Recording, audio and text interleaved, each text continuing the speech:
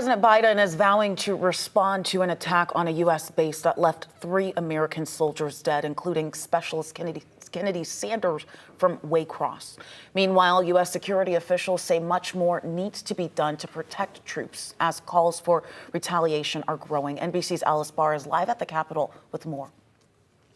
Good evening, Faith. This is exactly what the Biden administration has been hoping to avoid: the killing of U.S. service members, both a tragedy and a potential catalyst that could sharply escalate the already volatile conflict in the Middle East.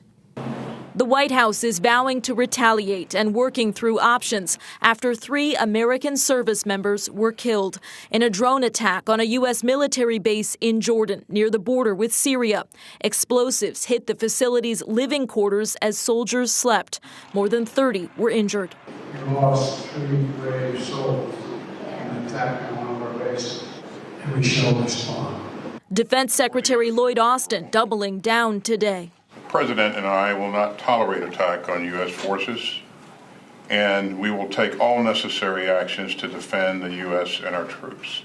The soldiers who are part of a mission to fight the remnants of ISIS are the first Americans killed in months of strikes by Iranian-backed militant groups since the start of the Israel-Hamas war on October 7th. Iran is denying involvement in this weekend's deadly drone attack, but one of the groups it backs, the Islamic Resistance in Iraq, claimed responsibility, partly in revenge, it says, for Israeli military actions in Gaza.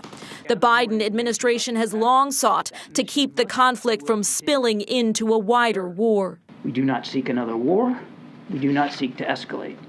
Members of Congress are reacting, with some leading Republicans demanding a more forceful response against Iran. Senator Lindsey Graham writing, quote, "Hit Iran now, hit them hard."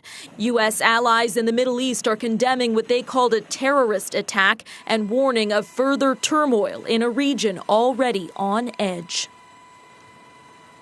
And the death of those U.S. soldiers was top of mind this morning for Defense Secretary Lloyd Austin as he made his return to work at the Pentagon. Ron Jones has more on that and some of today's other headlines. Yeah, that's right, Jonathan. So this was nearly a month after he was diagnosed with prostate cancer, but he didn't disclose it as he was going into surgery for treatment. So on his first day back, Secretary Austin meeting with NATO's Secretary General. Austin had been working from home ever since he left the hospital a couple of weeks ago. But his lack of disclosure has prompted changes in federal guidelines after the deaths of those 3 service members in Jordan. Secretary Austin talked about his return.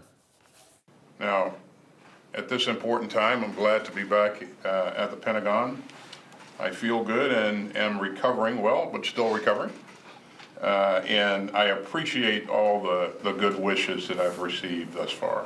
By the way, Austin's handling of his treatment has triggered both an internal Pentagon review and an Inspector General review into his department's notification procedures.